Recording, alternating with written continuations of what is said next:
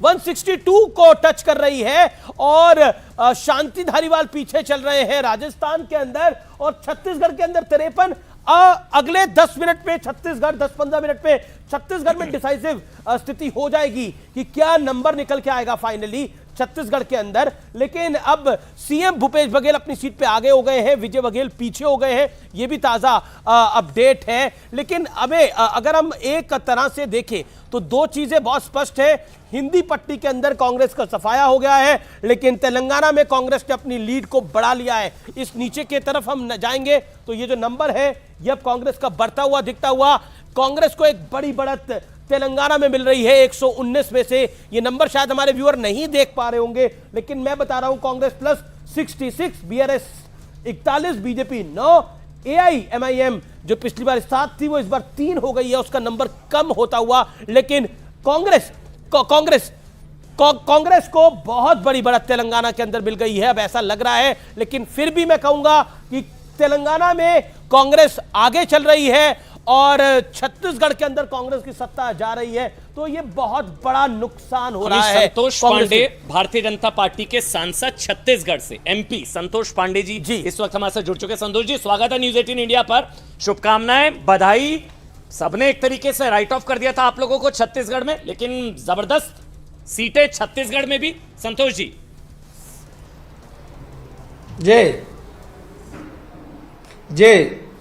जी बोलिए, मैं सुन रहा हूं। जबरदस्त परफॉर्मेंस छत्तीसगढ़ में संतोष जी, लगभग राइट ऑफ कर दिया गया था आप लोगों को। जी लोग तो आश्चर्यजनक रिजल्ट आने का विश्वास नहीं कर रहे थे, किंतु हम सबको यह विश्वास था कि ऐतिहासिक रिजल्ट आएगा और हमको अपने किए गए कार्यों पर, हमारे केंद्रीय नेतृत्व के ऊपर और आम जनता जो चाहती थी वो हमें एहसास था। बस्तर से लेकर के सरगुजा तक, मैं स्वयं बस्तर का प्रभारी हूं, द्वितीय फेज में मैं सरगुजा गया हुआ था। तो बस्तर में यानी जिसको हम कहते हैं कि भोले भाले वनवासी आदिवासी, वहां जो माहौल था मैं आपको कह सकता हूं वो परिवर्तन की अंदर ही अंदर लहर चल रही थी। यहां तक कि आप देखे होंगे कि चित्रकूट से कांग्रेस के जो अध्यक्ष हैं, वर्तमान अध्यक्ष दीपक बैज जो खड़े हुए हैं, श्री दीपक बैज जी भी हमारा एक मंडल का अध्यक्ष है, विनायक गोयल, वो उनको पछाड़ रहा है। जो पूर्व अध्यक्ष है मोहन मरकाम जी, ये बहुत बड़ा है। ये छत्तीसगढ़ के अंदर जो हुआ है वो वाकई बीजेपी ने जिसे कहते हैं मैजिक करके दिखाया है। जिस तरह से कांग्रेस के हाथ में था छत्तीसगढ़, आज से 2 महीने पहले 3 महीने पहले कोई सोच नहीं सकता था कि छत्तीसगढ़ के अंदर भारतीय जनता पार्टी 50+ होगी। ऐसा लग रहा था कांग्रेस तो अपनी गिनती 45 से शुरू करेगी, लेकिन हुआ ठीक उल्टा है। ये अपने आप में बहुत बड़ा है। लेकिन तेलंगाना में कांग्रेस की जीत भी बहुत बड़ी जीत है जी, 66 का अब है। मैं मुख्तार अब्बास नकवी आपसे जानना चाहता हूं, कांग्रेस मुक्त भारत की बात कर रहे थे, लेकिन दक्षिण युक्त कांग्रेस हो गई है, यानी कांग्रेस की कर्नाटक के बाद तेलंगाना में भी जीत हो रही है और बड़ी जीत हो रही है। क्या आपको लगता नहीं है ये वाकई एक खतरे की घंटी है भारतीय जनता पार्टी के लिए? दक्षिण राज्यों में जहां पर बीजेपी की स्थिति तेलंगाना में ठीक बताई जा रही थी, वहां बीजेपी पहले से तो बेहतर कर रही है, लेकिन मतलब कुछ बहुत बड़ा इंपैक्ट नहीं छोड़ पाई है। नहीं, पहले अब मैं वो भी बताऊंगा आपको। मैं 2 मिनट में ये आपके हिंदी बेल्ट की बात देखें, जो यहाँ पर जो है वो सामंती सुल्तानों का जो सत्ता का और जो संग्राम चल रहा था वो चारों खाने चित हुआ है। उससे भी इम्पोर्टेंट है कि मैंने आपके एक बार शो में कहा था, आपने कहा था गठबंधन की बात, तो हमने यही कहा था इस गठबंधन की गठरी में जितना छेद है उससे ज़्यादा उनके नेताओं में मतभेद है। छेद को रफू करने, मतभेद को रफू चक्कर करने में हमें इनको 20 साल लगेगा। और नरेंद्र मोदी जी के काम की गिनती ने इस कुनबे का गणित को बुरी तरह से ध्वस्त कर दिया है, बिगाड़ दिया है। इस बात को ये लोग भी जानते हैं और इसीलिए इनके ही गठबंधन के साथ ही ये बात कह रहे थे कि साहब ऐसा कोई सगा नहीं जिसको कांग्रेस ने ठगा नहीं। खुद समाजवादी पार्टी के लोग कह रहे थे, उनके नेता कह रहे थे कि साहब ये तो ठगों के और छल बहादुर लोग हैं। तो ये सारी चीजें हैं। जहां तक तेलंगाना का सवाल है, भारतीय जनता पार्टी ने पूरी मजबूती के साथ पूरे संकल्प के साथ चुनाव लड़ा और उसके बाद हमारा जो प्रदर्शन जो फाइनल आएगा वो मुझे लगता है कि बेहतर होगा। उस चुनाव के रिजल्ट आने के बाद उसका आकलन करेंगे। लेकिन मुख्तार अब्बास नकवी जी, इन चुनावों में संभवतः सबसे बड़ा मुद्दा विपक्ष का था ओबीसी, कास्ट सेंसस, जातिगत जनगणना। अभी जो आंकड़े आ रहे हैं उस हिसाब से ट्राइबल्स और ओबीसीज का बंपर वोट मिलता नजर आ रहा है बीजेपी को।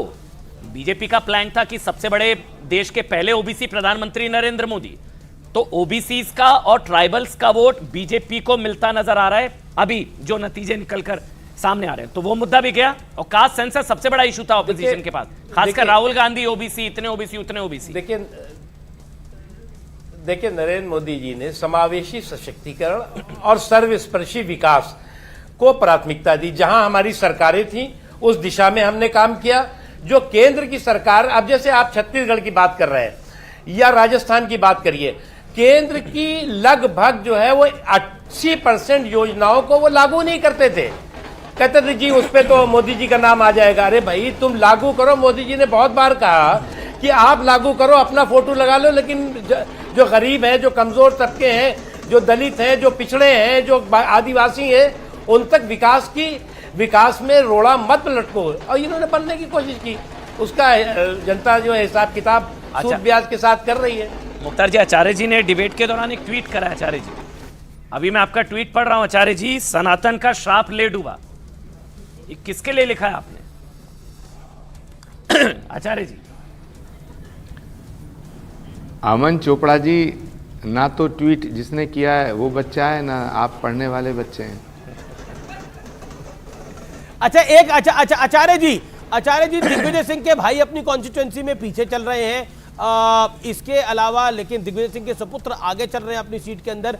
लेकिन क्या आपको लगता है कि ये जो इतना कुछ कहा गया सनातन के विरोध में और एक कांग्रेस पार्टी ने पॉलिटिकल एरोगेंस दिखाई अपनी इस पूरे चुनाव के अंदर, क्या उसका खमियाजा भी भुगतना पड़ा है? हालांकि तेलंगाना में कांग्रेस जीत रही है। हेलो अमित सर, सवाल दोबारा रिपीट कर दो। लेकिन इस समय जो कांग्रेस के घटक दल है तेलंगाना में, वो कह रहे हैं कि हमें अल्पसंख्यक वोट 90% मिला है, इसलिए इतनी बड़ी जीत दिख रही है, उन्हें भूलना नहीं पड़ेगा। इस तेलंगाना के चुनाव के बाद अगर हमारी सरकार बनती है गठबंधन के साथ तो बड़ी भूमिका देनी पड़ेगी, नहीं तो लोकसभा में वो वोट नहीं आएगा। अल्पसंख्यक वोट बड़ी मात्रा में तेलंगाना में कांग्रेस पार्टी के साथ जाता हुआ, छिटकता हुआ बीआरएस से, और बोला कि जिस लाइन पर हम चले हैं उस लाइन को आगे बढ़ाना पड़ेगा, उसी लाइन पर आगे हमें सफलता मिलेगी।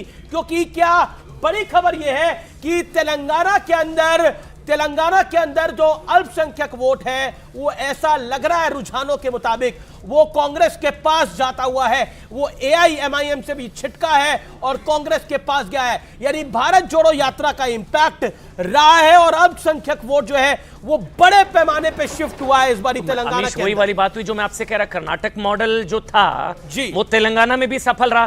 तो हिंदी पट्टी में हार के बाद भी सनातन को गाली वाले उससे सबक शायद लेंगे, नहीं लेंगे? मुख्तार अब्बास नकवी जी, देखिए अगर आप वो वाली बेल्ट आप पूरी जीत भी रहे हैं, मैं कहता हूं आप तेलंगाना कर्नाटक जीत भी रहे हैं, आप 130 सीटें हैं दक्षिण में। नहीं, बिल्कुल आपकी बात सही है। वो वाली इस बेल्ट में आप 50% सीटें ले भी जाते हैं, वहां पे घटक बाकी दल भी तो है। क्या लेफ्ट नहीं सीटें लेगा, क्या डीएमके सीटें नहीं लेगी, क्या एआईडीएमके सीटें नहीं लेगी, पॉइंट ये है। लेकिन आप पूरे भारत में आप इसका इंपैक्ट तो महाराष्ट्र तक आएगा, इसका इंपैक्ट तो महाराष्ट्र तक आएगा, उधर बिहार तक जाएगा, क्या करिएगा? तो फिर मुख्तार अब्बास नकवी, क्या विपक्ष सबक लेगा या मुझे लगता है और अग्रेसिवली एंटी हिंदू स्टेटमेंट्स आएंगी? ये मेरी रीडिंग है, हो सकता है गलत हो, क्योंकि कर्नाटक में मॉडल पास हुआ, वो सतीश जारकिहोली और तमाम चीजें।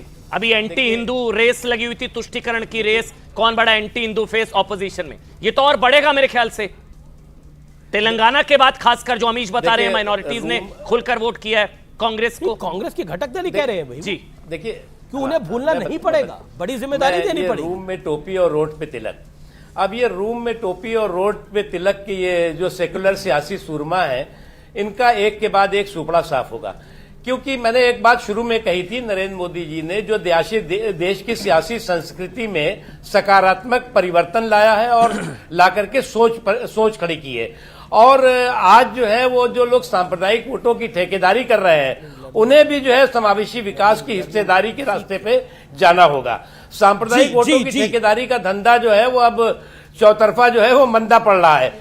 और ये अगर ये गलतफहमी अगर इनको है कि इस तरह की सांप्रदायिक माहौल बना करके जो दुनिया के सबसे बड़े धर्म, सबसे बड़े जो सनातनी संस्कार है, उस पर जो है प्रहार करके अगर आपको लगता है कि आपका कोई बड़ा जो है वो उद्धार होगा, तो मुझे लगता है इस गलतफहमी जो है मैं और ये मुख्तार जी आप हमारे साथ बने रहिए। रेणुका चौधरी हमारे साथ है, उनका भी मैं रुख करूंगा, लेकिन मैं आम आदमी पार्टी की प्रवक्ता से जानना चाह रहा हूं, आपके लिए बड़ी सीख क्या है, अलायंस के लिए बड़ी सीख क्या है? 10 सेकेंड्स। देखिए, सबसे पहले तो जनता के मुद्दों पर लगातार काम करना होगा और लोकतंत्र है, लोगों का जो भी मत होगा वो स्वीकारना होगा। और आज कांग्रेस के लिए सेटबैक है ये चुनाव? हार तो सेटबैक होती ही है। सेटबैक है। रेणुका चौधरी मेरे साथ है। रेणुका चौधरी के साथ जब मैं कवर करता था पार्लियामेंट को तो हमने काफी वक्त बिताया है। रेणुका जी, अभिनंदन है आपका। आपकी साड़ी की तारीफ तो अक्सर पार्लियामेंट में काफी लोग करते थे, लेकिन आज कांग्रेस की चमक भी शानदार देखने को मिल रही है तेलंगाना के अंदर, जिस राज्य से आप आती हैं। A massive victory for Congress party. It looks like कि बीआरएस को आपने उखाड़ फेंका है, खास तौर पर क्या आपको लगता है? लेकिन हिंदी पट्टी में सफाया हो गया है कांग्रेस पार्टी का, तो कहीं खुशी कहीं गम। रेणुका चौधरी। हाँ, कभी खुशी कभी गम, ये तो है। हमने बड़ा उम्मीद रखे थे कि राजस्थान और मध्य प्रदेश भी, मैं आज शाम तक रुकूंगी कुछ कहने के पहले, उम्मीद फिर भी रखे हैं। और तेलंगाना तो हम 1 साल पहले हमने बताया था कि ये होगा यहाँ। और हम बहुत बहुत धन्यवाद देते हैं वोटर महाशय को, कैडर को, जिन्होंने कमर कस के काम किए, और हमारे लीडर्स को जिन्होंने पूरा मेहनत लगा के हमारा साथ। चलिए मैं एक सवाल आपसे पूछ लेता हूं, क्या तेलंगाना को पहली महिला मुख्यमंत्री मिल सकती है इस बार? अब इसका मैं क्या बताऊं, कुछ भी हो सकता है राजनीति में, ये अलग बात है। राहुल जी ने जरूर कहा है, मगर ये देखा जाएगा, एमएलए तय करेंगे ये, आप और मैंने, और जरूर टेलीविजन नहीं, आपका, क्योंकि आप कैबिनेट मंत्री हैं, आपका अनुभव है, तो क्या वी कैन सी, क्या मैं आपकी ओपिनियन जानना चाह रहा हूं, क्या महिला मुख्यमंत्री मिलनी चाहिए तेलंगाना को? ये मेरा सवाल है, क्योंकि इसकी बात कांग्रेस ने कई बार करी अपनी कैंपेन में। हम बहुत खुश है कि कांग्रेस आ गई तेलंगाना में। तेलंगाना देने के बाद हम 2 बार यहाँ से आ नहीं सके, अब की बार हम आ गए। हम इसी बात पे खुश हैं। I am very happy. और हम उम्मीद रखते हैं कि जो भी मुख्यमंत्री बनेगा वो बहुत भारी जिम्मेदारी है। रेणुका जी, बाकी राज्यों के ऊपर भी एक कमेंट, खुशी बनाने की बात। सुधांशु त्रिवेदी भी है। मध्य प्रदेश, राजस्थान, छत्तीसगढ़, बाकी राज्यों में जो कांग्रेस की स्थिति है, I am very surprised. I am very surprise. फिर भी रुकेंगे, थोड़ी देर और रुकेंगे, देखेंगे। हाँ, लीड तो सेटल हो गई, मुझे लग रहा है कि शायद हम वहाँ नहीं जीत रहे हैं।